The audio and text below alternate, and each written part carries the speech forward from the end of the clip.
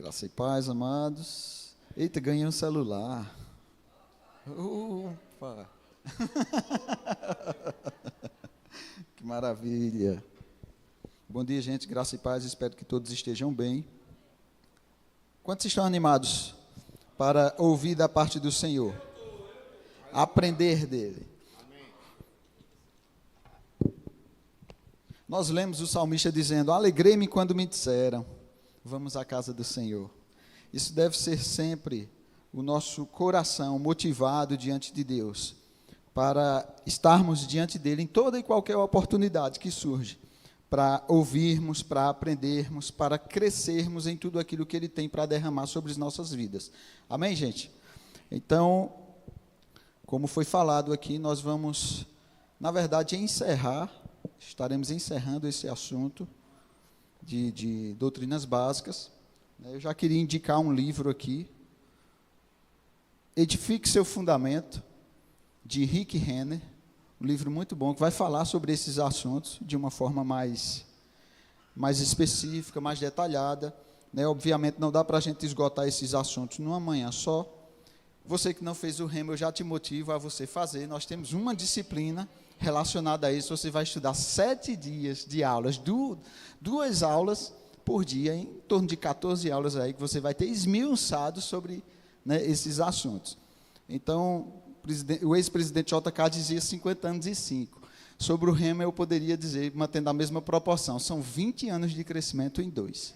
Isso vai alavancar o seu crescimento espiritual em Deus. Amém? Então, se você ainda não fez o rema, já gera expectativa, as matrículas estão abertas, então já procura informações para que você não perca tempo, porque estamos nos últimos dias e o anjo já está pulindo a trombeta. Já Jesus volta. Amém? Então, eu queria que a gente abrisse o nosso texto base. Quem já vem acompanhando a série, possivelmente já leu ele algumas vezes aqui, lá em Hebreus 6, versículo 1 e 2. Livro de Hebreus, capítulo 6, versículo 1 e 2. Diz o seguinte: por isso, pondo de parte os princípios elementares da doutrina de Cristo, deixemos-nos levar para o que é perfeito, não lançando de novo, à base do arrependimento de obras mortas e da fé em Deus, o ensino de batismos, da imposição de mãos, da ressurreição dos mortos e do juízo eterno. Então, hoje, especificamente, estaremos falando sobre esses 2 assuntos, imposição de mãos e ensino de batismos. Nos outros domingos, falamos sobre todos os demais, arrependimento de obras mortas, a fé em Deus, ressurreição dos mortos e juízo eterno. Então, te motivo, se você não acompanhou essa série, vai lá no YouTube, acessa lá o canal para que você possa ouvir novamente, cada um desses assuntos aí, possa se fortalecer neles, porque tem uma porção maior da parte de Deus para ser derramada, mas nosso fundamento precisa estar bem estabelecido, igual numa construção. Normalmente nós chegamos num ambiente desse, e nós começamos a contemplar, olha que maravilha, mezanino bonito, olha que lindo esse teto, ar-condicionado, tudo, mas dificilmente nós olhamos para baixo. O trabalho que deu para que tudo isso aqui pudesse estar bem fundamentado, as colunas devidamente construídas para suportar toda essa estrutura aqui. Então, a nossa estrutura, do nosso crescimento espiritual, depende de uma boa fundamentação. E é isso que nós estamos fazendo aqui nessa série. Amém, gente? E sempre ouvindo novamente essas verdades, como disse Paulo, não me desgosta ouvir-vos, falar-vos as mesmas coisas. Então, assim, se Paulo falou isso, é segurança para vós outros, então é segurança para nós também. Amém? Então, nós lemos aqui em Hebreus, nesse texto de Hebreus, ele falando algo interessante, acerca de cada uma dessas doutrinas. E ele diz assim: deixemos-nos levar para o que é perfeito, porque nós sabemos que no crescimento espiritual, a Bíblia fala de um leite genuíno, mas Paulo também usa a expressão alimento sólido, e nós sabemos que o alimento sólido não é dado para beber, ok? Então existe um crescimento, da mesma forma que naturalmente nós tivemos algumas crianças apresentadas, elas começam com um genuíno leite, mas elas vão crescendo, e à medida que vão crescendo, elas precisam de outro tipo de alimento, de acordo com cada fase que ela vai alcançando, até chegarmos à perfeição, ou à maturidade. Essa palavra perfeito no grego, né, ela é teleiotes, significa o aluno que... O aluno que se gradua. A gente está acostumado com essa questão de graduação aí, né? A gente que já estudou aí, nós sabemos que existem várias séries, né? Aquelas séries iniciais, fundamentais, depois a gente vai para o ensino médio, já é uma outra graduação, depois a gente entra na faculdade, a gente já faz uma graduação, depois tem as pós-graduações, né? Especialização, mestrado, doutorado, pós-doutorado. Então, isso são graduações, estou fazendo um paralelo, tá? Na relação de ensino, são graduações que nós vamos alcançando e conquistando. Ninguém conquista uma graduação dessa sem ter aprendido nada. Ninguém, sou um pós-doutor agora, simplesmente porque eu peguei uma folha lá e assinei meu nome. Não. Foi necessário um tempo de estudo, foi necessário um tempo de aprendizado. Não é assim? Então, essa palavra perfeito, no original, está relacionada ao aluno que se gradua. Então, alcançar a perfeição é como se a gente fosse mudando de graduações de conhecimento. Porque a Bíblia relaciona maturidade a conhecimento. E não dá para alcançar a perfeição e a maturidade sem o conhecimento. É a via, né, asfaltada para que a gente possa alcançar e chegar lá. Ok? Então, maturidade e conhecimento, a gente sempre encontra essa relação na palavra de Deus. E nós sabemos que a Bíblia ela é uma fonte inesgotável, né? Lá em Romanos, Paulo fala, ó profundidade das riquezas. Que riquezas? Tanto da sabedoria quanto do conhecimento de Deus. Existe uma profundidade de riquezas para ser exploradas, né, nele. E nós precisamos estar com esse coração ensinável para aprender da parte do Senhor, ok? Então, é importante, sim, que no nosso crescimento espiritual a gente fique bem fundamentado. Então, se você puder adquirir esse livro, Edifique Seu Fundamento, de Rick Renner, ele vai te ajudar muito, porque ele vai falar de forma bem específica sobre isso. Então, iniciando por imposição de mãos. Essa doutrina nós encontramos na palavra de Deus desde o Antigo Testamento, tá?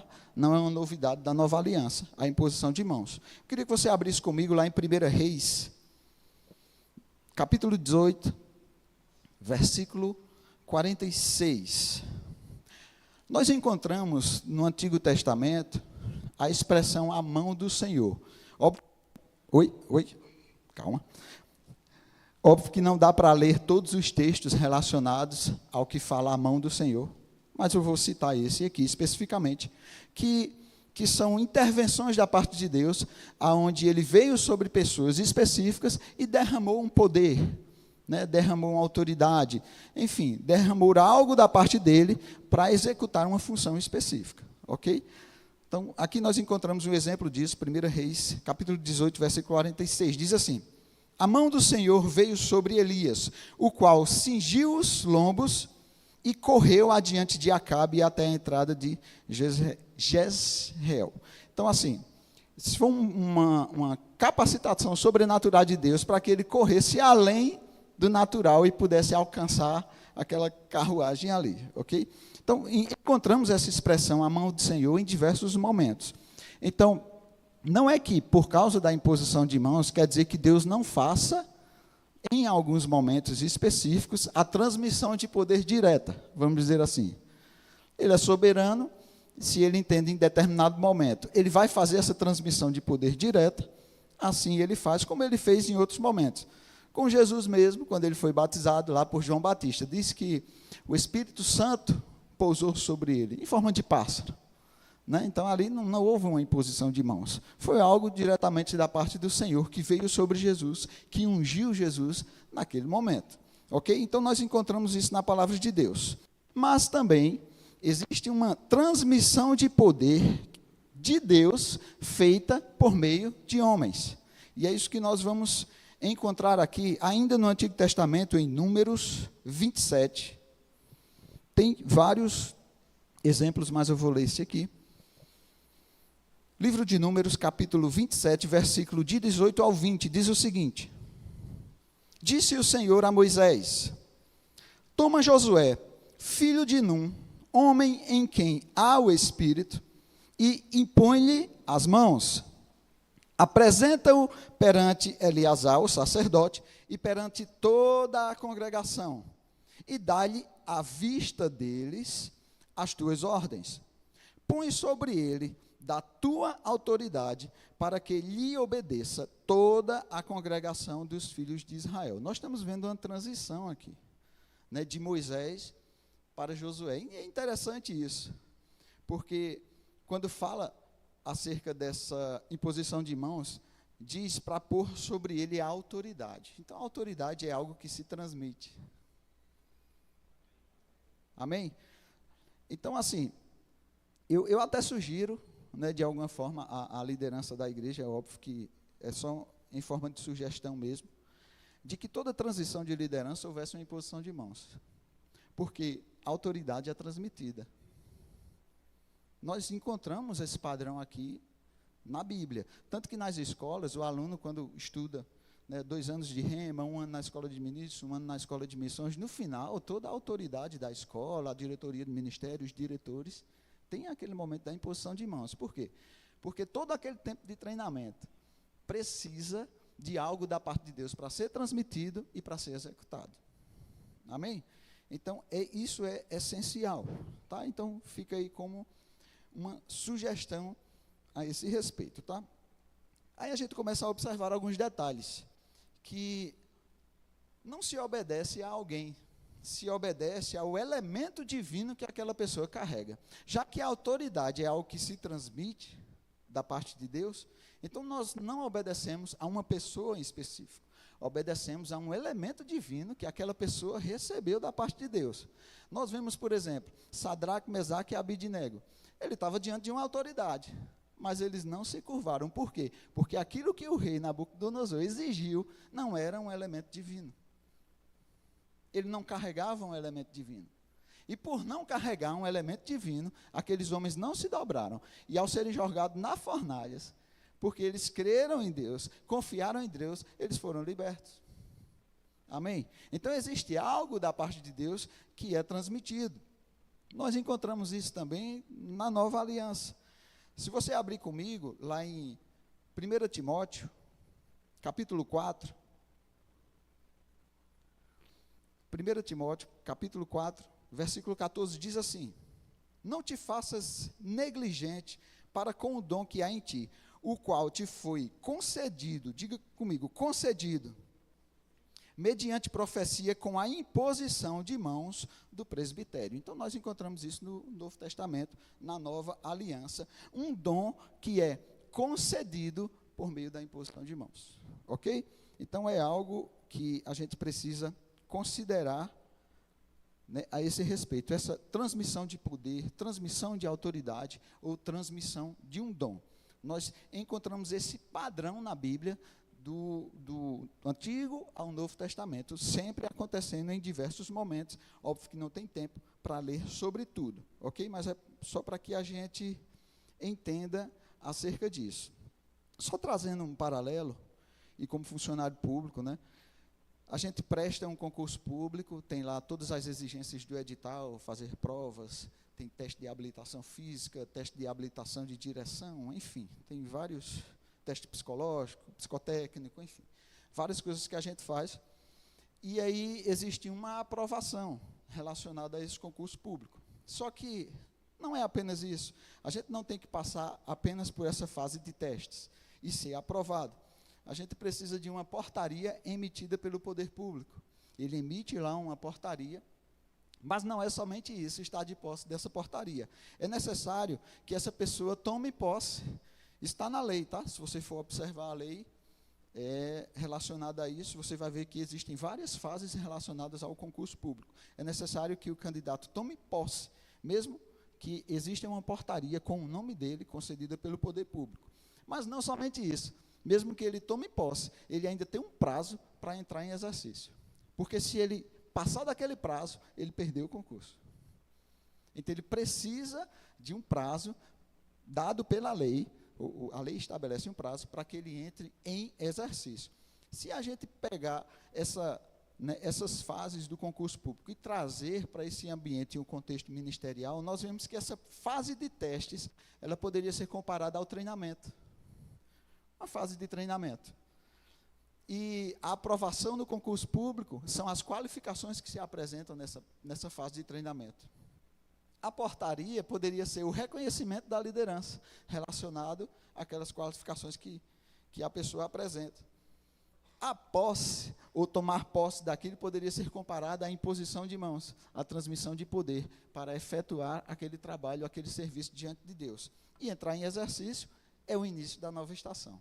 É, de fato, ele executar aquela nova estação que o Senhor está trazendo para aquilo que eles foram comissionados para fazer. É só para que a gente tenha, né, eu trouxe de forma didática, só para que a gente entenda esses detalhes relacionados a tudo isso, e a imposição de mãos é algo muito importante, né, que precisa ser feito. Nós vemos uma confirmação dessa imposição de mãos feitas, lá em Deuteronômio 34, nós lemos Números, vamos agora para Deuteronômio 34, 9.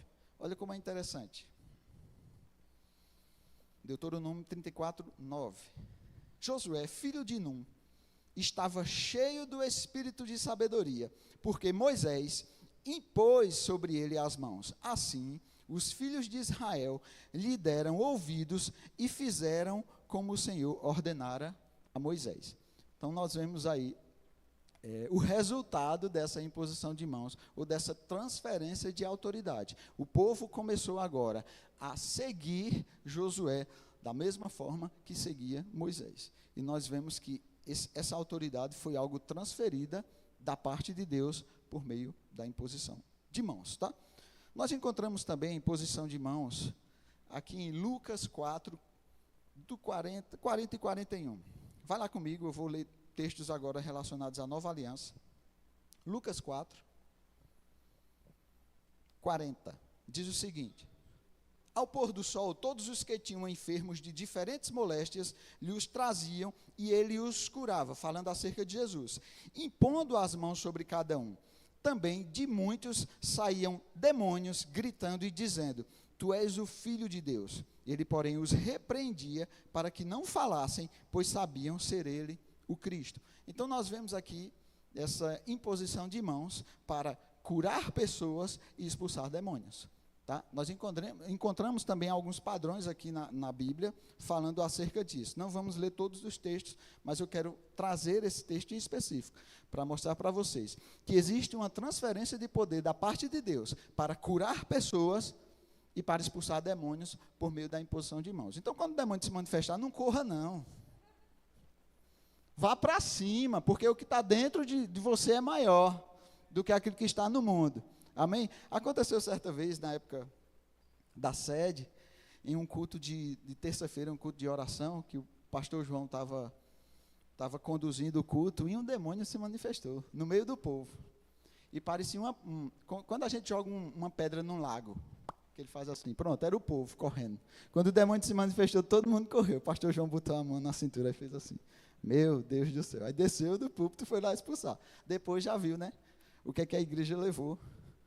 Enfim, então assim, não corra, ok? Porque existe um poder da parte do Senhor para ser liberado por meio de nós, pela imposição de mãos, tanto para curar enfermos e para expulsar demônios. Também não fique com medo quando alguém chegar diante de você e dizer: eu estou com uma dor aqui, estou doente, eu estou isso, eu estou aquilo. Impõe as mãos, irmão. É porque nunca aconteceu, você não impõe as mãos. Como é que vai acontecer?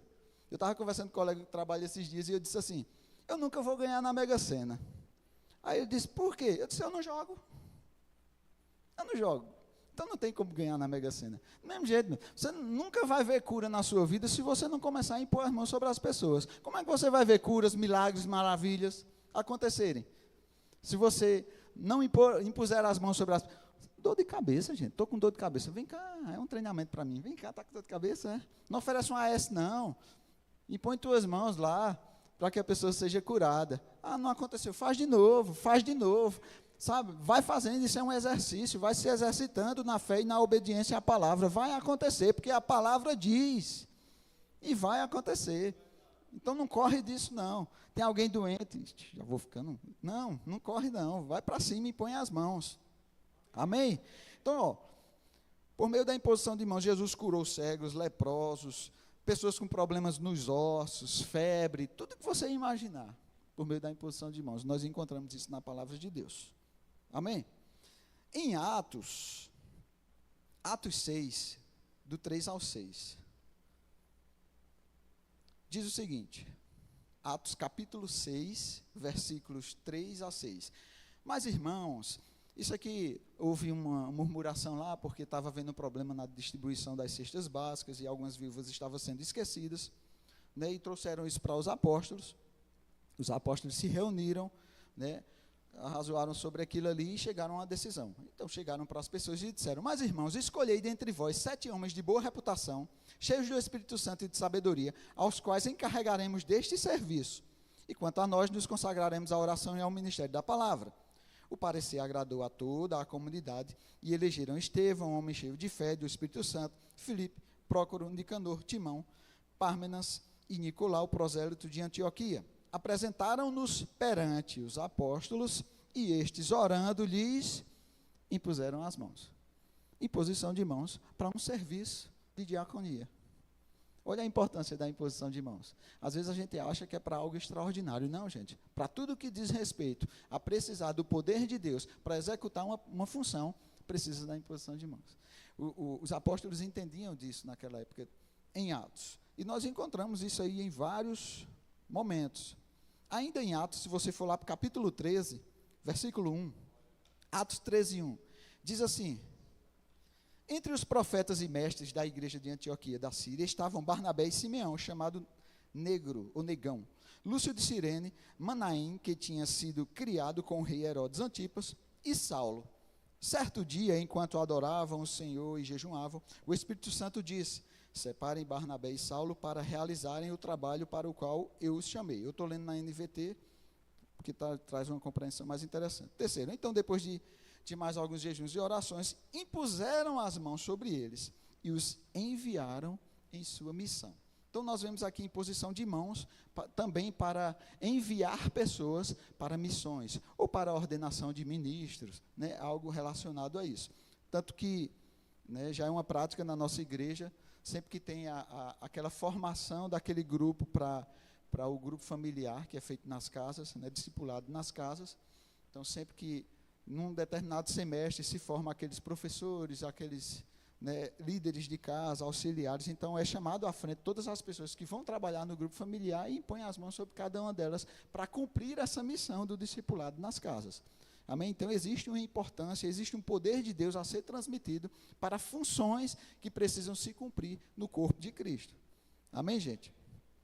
Encontramos também imposição de mãos, volta um pouquinho, Atos 8, Atos recheado disso, porque Atos mostra a história da igreja naquele início, primeiro século ali, Atos 8, Atos capítulo 8, versículo 14 ao 17, diz assim: ouvindo os apóstolos que estavam em Jerusalém, que Samaria recebera a palavra de Deus, enviaram-lhe Pedro e João, os quais, descendo para lá, oraram por eles para que recebessem o Espírito Santo, porquanto não haviam ainda descido sobre nenhum deles, mas somente haviam sido batizados em nome do Senhor Jesus.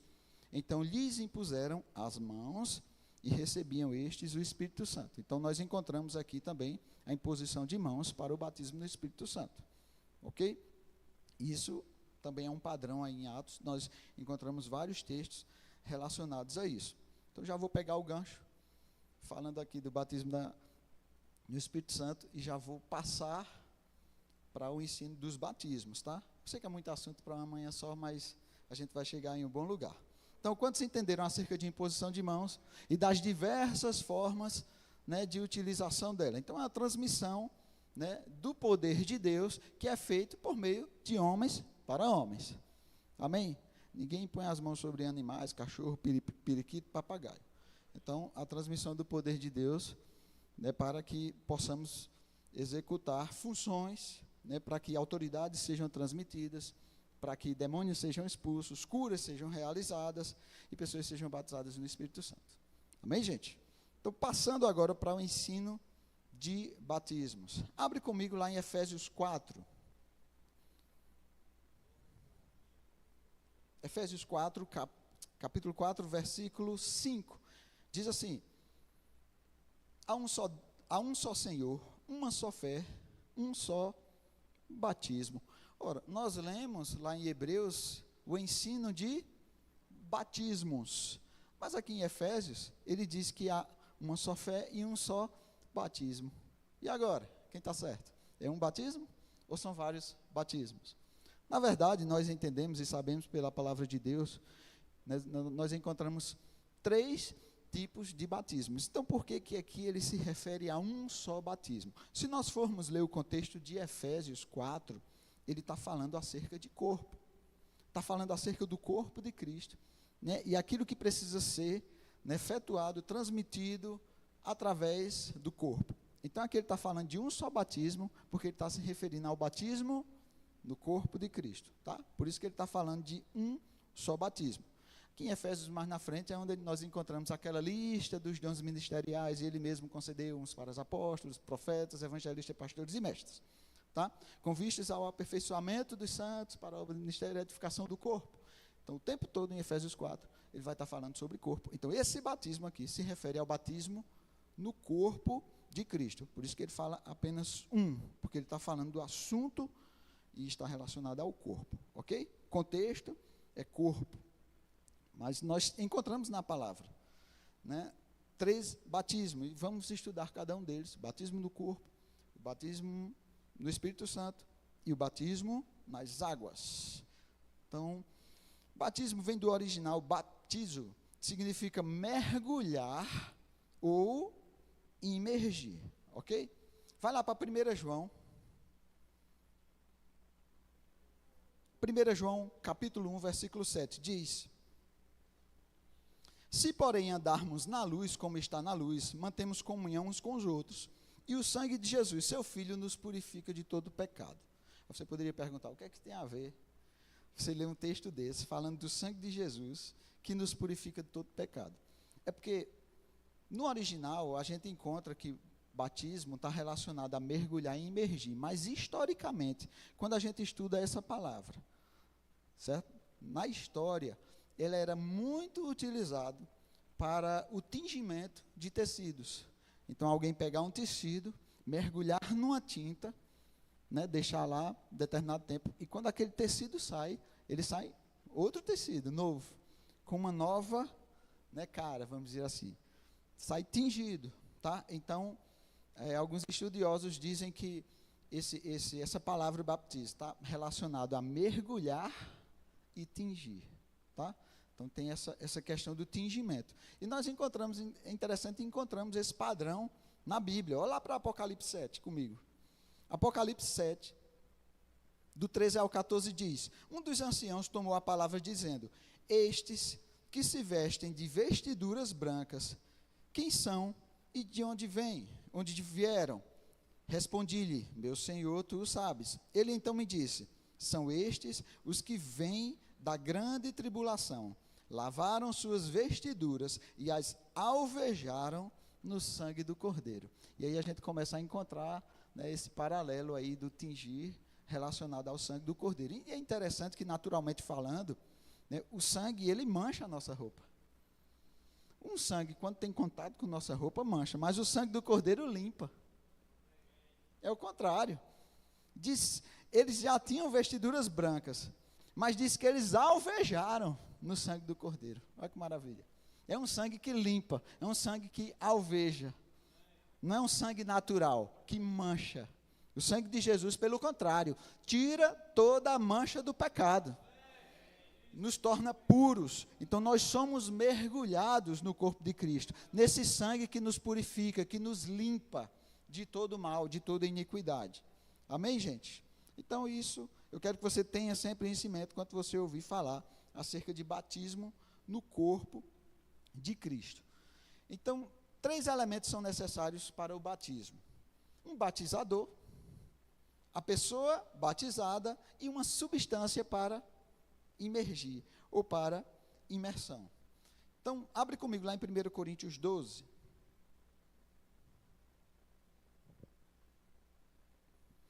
1 Coríntios capítulo 12, versículo 13 diz: pois em um só Espírito todos nós fomos batizados em um corpo, quer judeus, quer gregos, quer escravos, quer livres, e a todos nós foi dado beber de um só Espírito, ok?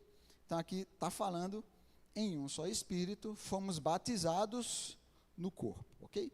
Então nós vemos que o batizador é o Espírito Santo, ele nos submerge no corpo de Cristo, né, no sangue de Jesus derramado por todos nós, e ele é um batismo sobrenatural, ok? Ele acontece sem intervenção humana, ele é um batismo por dentro, quando as pessoas recebem Jesus como Senhor de suas vidas, quando elas fazem essa confissão, essa transformação, ou esse batismo, é feito por dentro. Então, né, a morte que havia dentro do homem por causa do pecado, ele é recriado, e a própria vida de Deus é colocada dentro dele novamente, assim como foi lá no Éden, quando Deus, depois que criou o homem, soprou em suas narinas. Soprou o quê? A própria vida de Deus, a vida Zoe de Deus. Amém? Então ele ocorre nesse ato. Assim que a gente confessa, ele é um batismo sobrenatural, acontece dentro, não tem intervenção humana, apenas quando a pessoa aceita Jesus como seu Senhor. Gálatas 3, versículo 26. Gálatas, capítulo 3, versículo 26, diz: pois todos vós sois filhos de Deus, mediante a fé em Cristo Jesus, porque todos quantos fostes batizados em Cristo, de Cristo vos revestistes. Tá? Então aqui ele está falando ser batizado em Cristo e ser revestido nele. Então, se você mergulha algo, por exemplo, na água, aquele objeto que você mergulhou vai ser revestido de água. Tá? Então, ele está trazendo esse paralelo relacionado a esse batismo. Então, ele é algo sobrenatural, acontece por dentro, por isso que 2 Coríntios 5,17, um texto bem conhecido nosso, diz que assim quem está em Cristo é o quê? Nova criatura, acontece uma transformação por dentro, a própria vida de Deus em nós. Gálatas 2,20, né? Paulo fala lá: logo já não sou eu quem vive, mas Cristo vive em mim, por causa dessa transformação mesmo que há por dentro, né? Em João 3, por exemplo, né, aquela conversa de Jesus com Nicodemos, né, que eles se encontram e começam a conversar, Nicodemos reconhece que Jesus não podia fazer nada senão, né, daquilo que ele faz se não fosse concedido da parte de Deus. Jesus fala para ele: o que é nascido da carne é carne, e o que é nascido do Espírito é Espírito. Não te admires de eu te dizer, importa-vos nascer de novo. É esse novo nascimento aqui, esse batismo no corpo de Cristo, essa intervenção de Deus dentro de cada um de nós, nos transformando, nos trazendo de volta a vida, a própria vida de Deus. Nós encontramos em Mateus 1 a genealogia de Jesus, tá? A gente poderia ir para lá, mas é muito tempo para ler tudo aquilo. E vai desde Abraão até chegar em Jesus. E do 16... Mateus 1,16, se você puder abrir lá, no finalzinho da genealogia, diz o seguinte, Mateus 1,16, e Jacó gerou a José, marido de Maria, da qual nasceu Jesus, que se chama o Cristo. Então, qual é o padrão que nós encontramos aqui? Desde de Abraão, nós vemos que as gerações, né, elas vão constituídas de forma natural. Fulano gerou Cicrano, que gerou Beltrano, que gerou, enfim. E assim vai, cada um gerando o outro. Mas quando chega aqui, diz que José, e Jacó gerou a José, marido de Maria, da qual nasceu Jesus. Então Jesus não nasceu de José. Nasceu de quem? De Maria. Que foi, né, Maria pergunta: como será isso? Descerá sobre ti o Espírito Santo, e o poder do Altíssimo te envolverá. Então Jesus nasceu do Espírito. Deus estava intervindo na humanidade, dizendo: até agora todas as gerações foram nascendo, fulano gerando cicrano, gerando de forma natural, mas aqui não. A partir daqui, a partir de Jesus, o nascimento é espiritual. E desse nascimento, né, criou-se o padrão de Jesus para frente. Por isso Jesus disse: necessário vos é nascer de novo, importa nascer de novo. Ele falou para Nicodemos, sem entender muito: eu vou voltar para a barriga da minha mãe?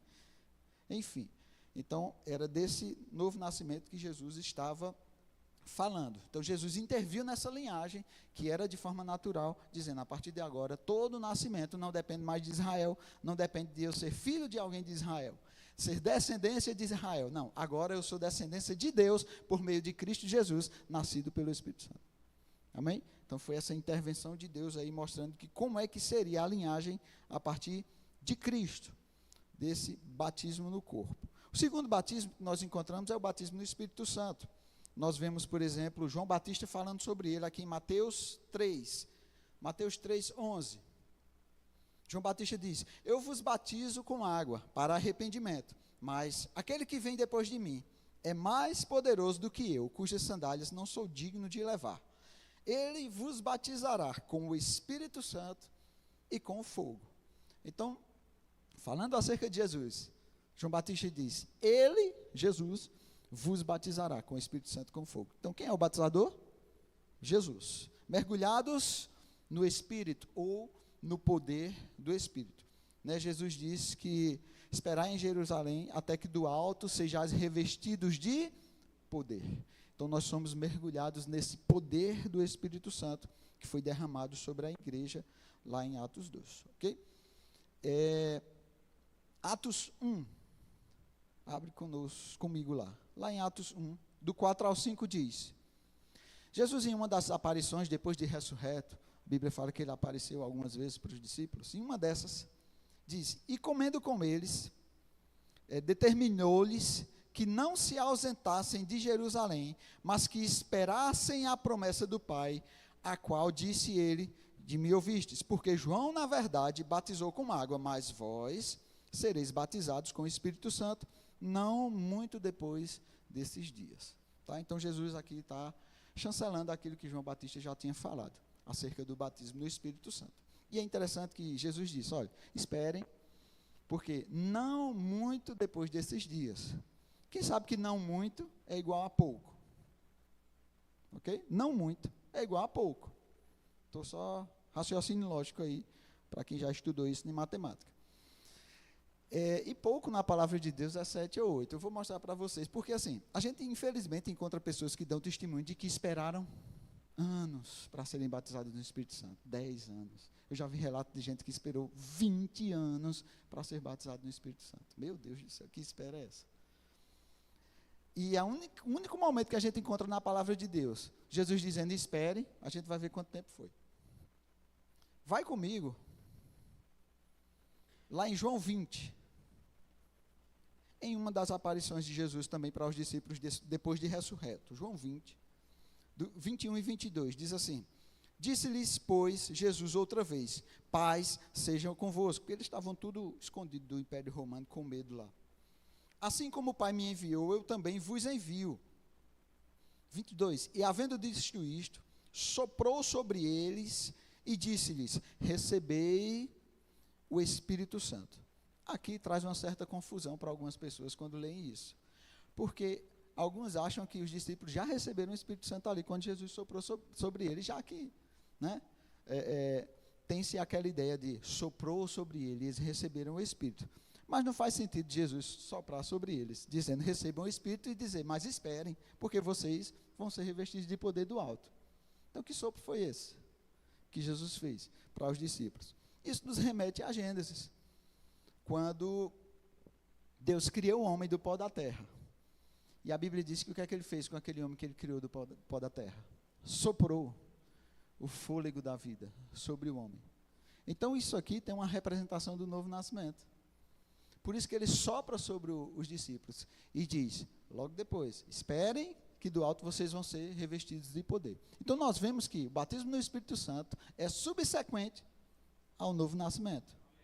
Ninguém pode ser batizado sem nascer de novo antes, porque Deus não vai derramar vida num recipiente que não está preparado ou adequado para aquilo. Então, primeiro precisamos ser transformados por dentro, para que depois o poder dele seja derramado em nós, ok? Então, nós somos mergulhados nesse poder, no poder do Espírito Santo. Então, esse sopro está relacionado a essa simbologia lá da criação do homem. Quem são elegíveis para receber esse segundo batismo? A gente já viu, né? São todos aqueles que nasceram de novo, para receber o batismo no Espírito Santo. E esse batismo no Espírito Santo é um requisito para a salvação, gente? Não. Não é um requisito para a salvação. Tanto que nós vemos muitas pessoas no corpo de Cristo que nem acreditam que tem que ser batizado no Espírito Santo. E não quer dizer que elas não estão salvas. Ok? Só existe algo da parte de Deus que elas não provaram ainda.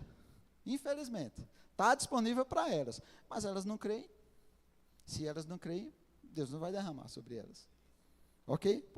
Porque envolve fé para receber esse batismo. Ok?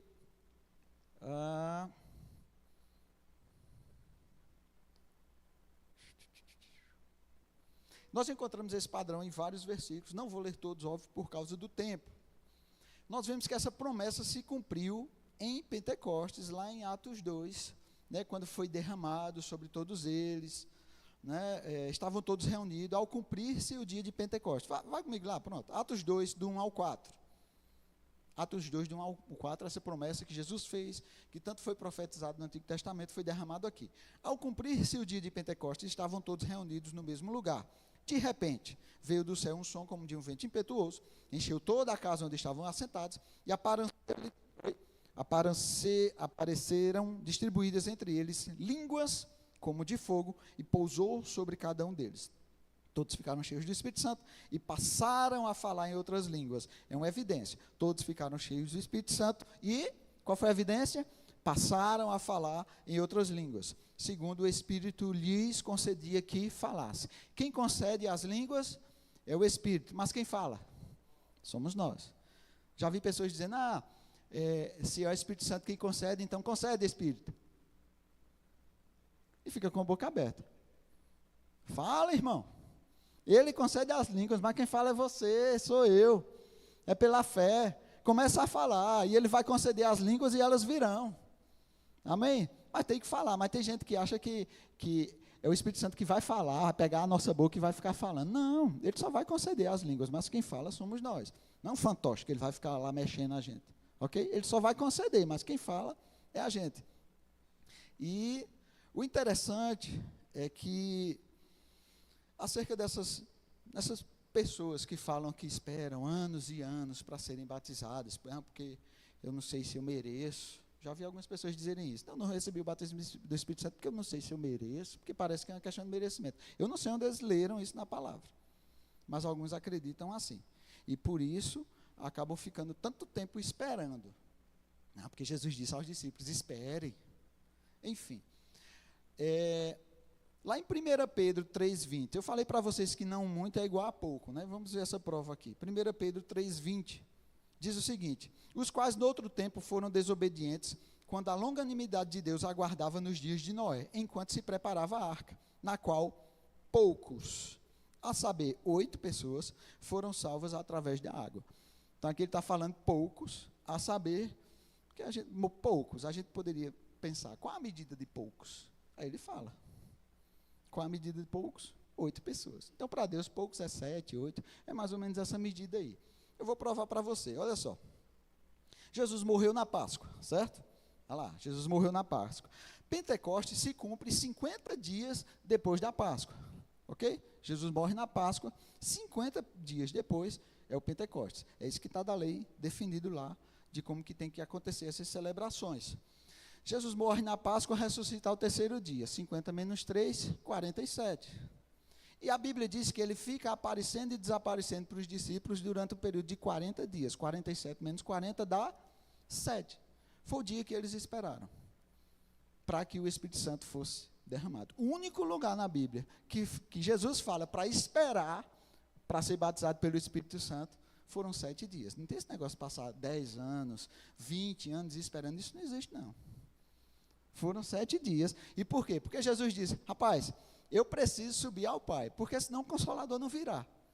Se eu não for, ele não virá. Então Jesus precisava subir, né, chegar diante do Pai, apresentar o seu sangue como sumo sacerdote eterno, né, o Cordeiro perfeito de Deus, né, flexionar seus joelhos, sentar à destra de Deus, que essa é a verdadeira glorificação. A gente sabe que glorificação está relacionado também ao nosso corpo, que receberemos um corpo igual ao dele.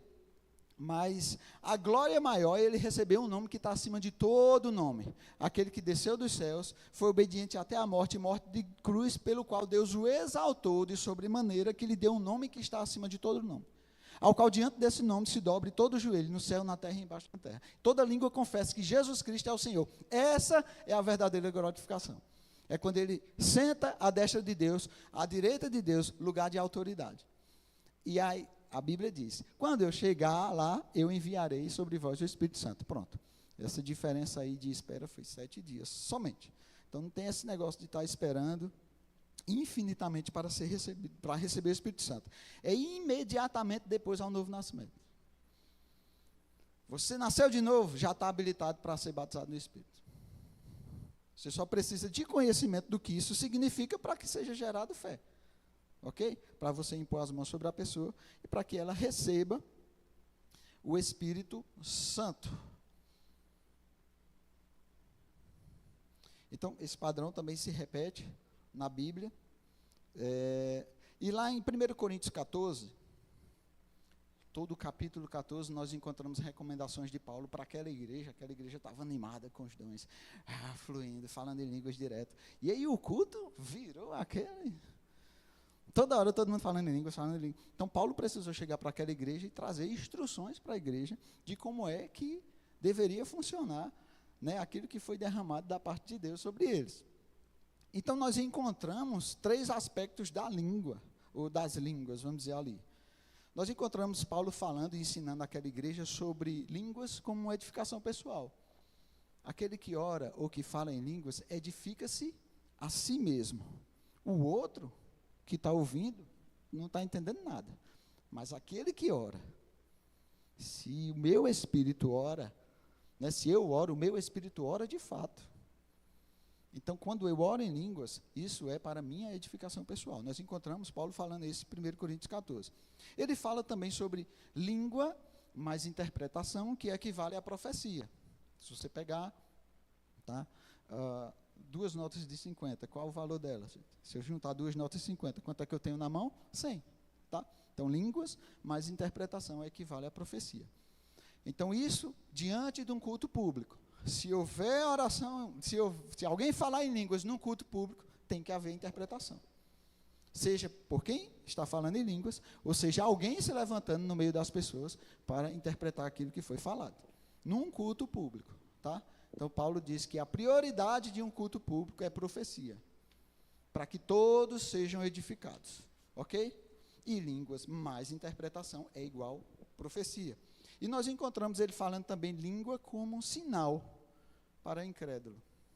Luciano Subirá, eu já vi ele falando algo bem interessante, que ele disse que alguém relatou para ele que convidou uma pessoa para fazer um serviço hidráulico na casa. E essa pessoa era um cristão, e ele estava lá fazendo o serviço, né, sozinho. O dono da casa se afastou para fazer alguma outra coisa, e como ele estava sozinho, ele começou a orar em línguas, orar em línguas, orar em línguas. O dono da casa era judeu. E quando se aproximou para ver como é que o serviço estava, parou na porta e começou a ouvir o irmãozinho lá ajeitando a parte hidráulica, orando em línguas. E ele parou por um tempo, chegou para o irmãozinho lá e disse: desde quando você fala hebraico? E o irmãozinho disse: eu nunca falei hebraico. E esse judeu disse: não, mas você falou.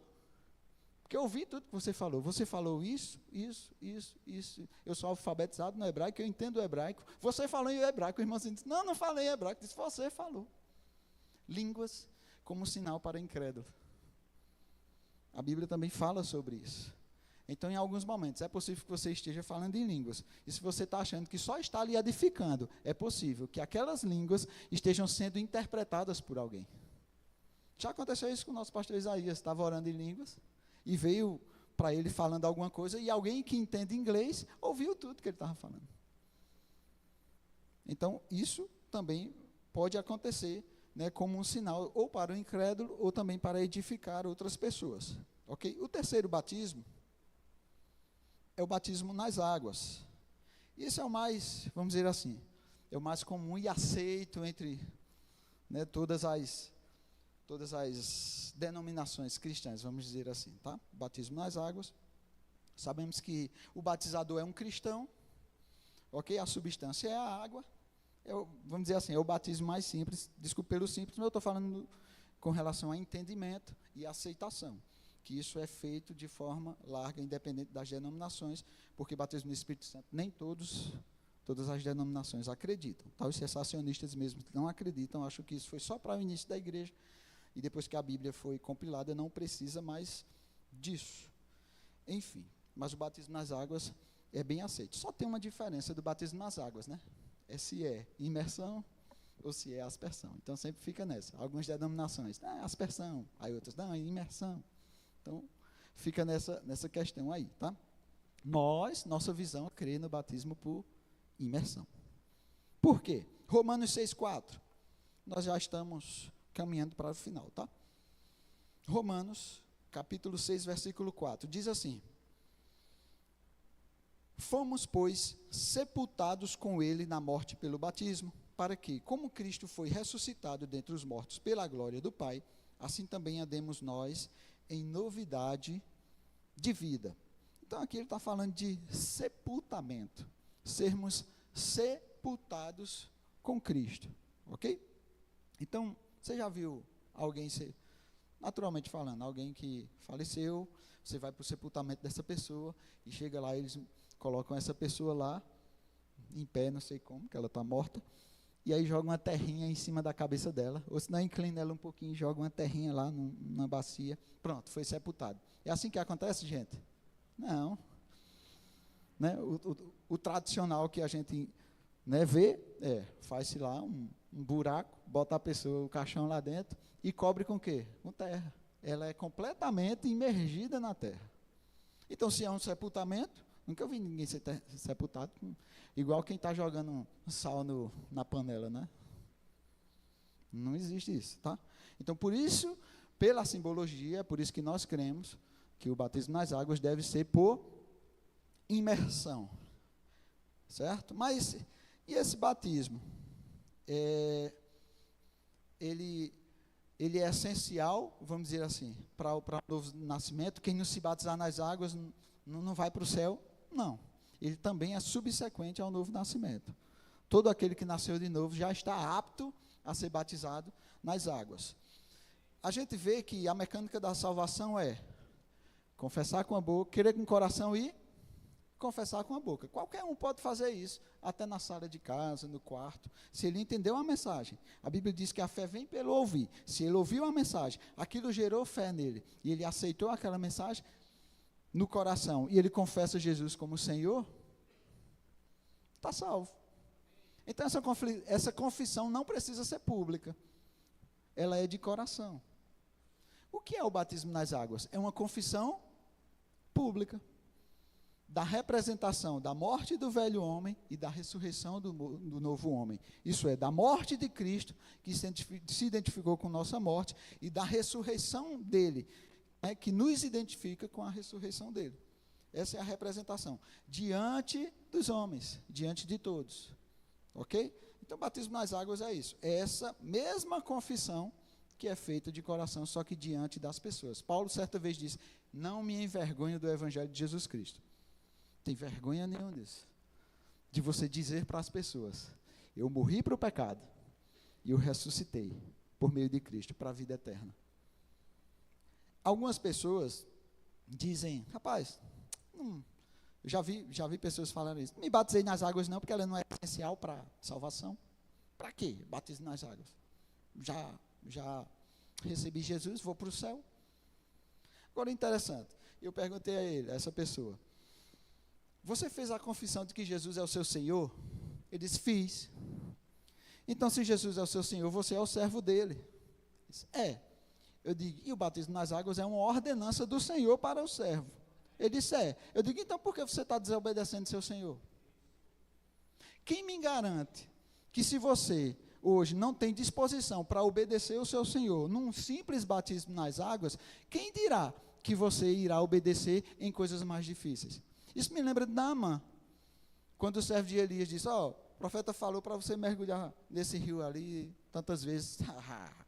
Lá em Damasco tem rios melhores do que os de Israel, para que eu vou mergulhar nisso aí? E aí os oficiais dele disseram: meu senhor, meu pai, se ele dissesse para você fazer uma coisa mais difícil, o senhor não faria? Como obedeça essa questão simples aí. Aí eu te pergunto, quem curou Naamã? Foi a água do rio ou a obediência? A obediência. Pelo menos eu convenci essa pessoa. E ele disse que ia se batizar nas águas. Nem sei se depois ele se batizou, mas enfim. Então, batismo nas águas é uma questão de obediência, é uma resposta de obediência ao Senhor que nós elegemos na nossa vida, Jesus Cristo. E se ele diz, ide por todo o mundo, fazei discípulos em todas as nações, batizando-os em nome do Pai, do Filho e do Espírito Santo, pronto, o batismo é uma ordenança. Se ele é o meu Senhor e eu sou o servo dele, eu obedeço. E se eu for capaz de obedecer ele nessa coisa simples, como disse lá os oficiais de Naamã, então eu vou ser capaz de obedecer ele nas coisas maiores.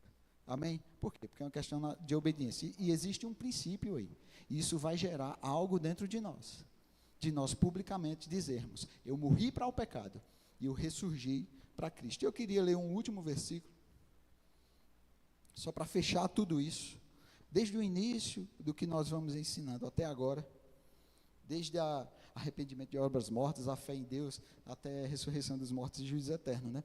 2 Timóteo 1, do 8 ao 12, só como fechamento, diz o seguinte, instrução de Paulo, não te envergonhes, portanto, do testemunho do nosso Senhor, nem do seu encarcerado que sou eu, pelo contrário, participa comigo dos sofrimentos a favor do Evangelho, segundo o poder de Deus, que nos salvou e nos chamou com santa vocação, não segundo as nossas obras, mas conforme a sua própria determinação e graça, que nos foi dada em Cristo Jesus, antes dos tempos eternos, e manifestada agora pelo aparecimento do nosso Senhor Jesus Cristo, o qual não só destruiu a morte, como também trouxe à luz a vida e a imortalidade mediante o Evangelho, para o qual eu fui designado pregador, apóstolo e mestre, e por isso estou sofrendo estas coisas. Todavia, não me envergonho, porque sei em quem tenho crido, e estou certo de que Ele é poderoso para guardar o meu depósito até aquele dia. Amém? Então, que a gente possa fazer essa mesma confissão de Paulo, independente das dificuldades, porque Paulo estava preso, mas fez essa confissão aqui. Eu não me envergonho, preso, algemado. Eu não me envergonho do Evangelho de Jesus Cristo. Amém? E ele diz que o bom depósito está guardado para que se manifeste, seja dado a ele naquele dia. E em outra oportunidade, aos Tessalonicenses, ele diz, não somente a mim, mas a todos quanto amam a sua vinda. Amém? Então, quantos foram edificados essa manhã? Eu queria orar. Pai, nós te damos graça por essa oportunidade que nós temos de ouvir da tua palavra, de entender aquilo que você quer nos ensinar, de estarmos fundamentados nas doutrinas básicas de Cristo, para que possamos avançar para o que é perfeito. Em nome de Jesus, nós nos colocamos diante de você, abrimos o nosso coração, aceitamos com mansidão a tua palavra, para que cada vez seja derramada mais e mais porções sobre nós, para que nós possamos amadurecer e possamos avançar no teu reino, Pai, e trazer cada vez mais pessoas para o teu corpo, em nome de Jesus, para que mais pessoas sejam transformadas através de cada um de nós. Nós não nos envergonhamos do teu evangelho, mas nós queremos avançar nesses últimos dias, para fazer aquilo que o Senhor nos manda fazer como bons servos, em nome de Jesus, amém. Então sejam abençoados na prática dessa palavra.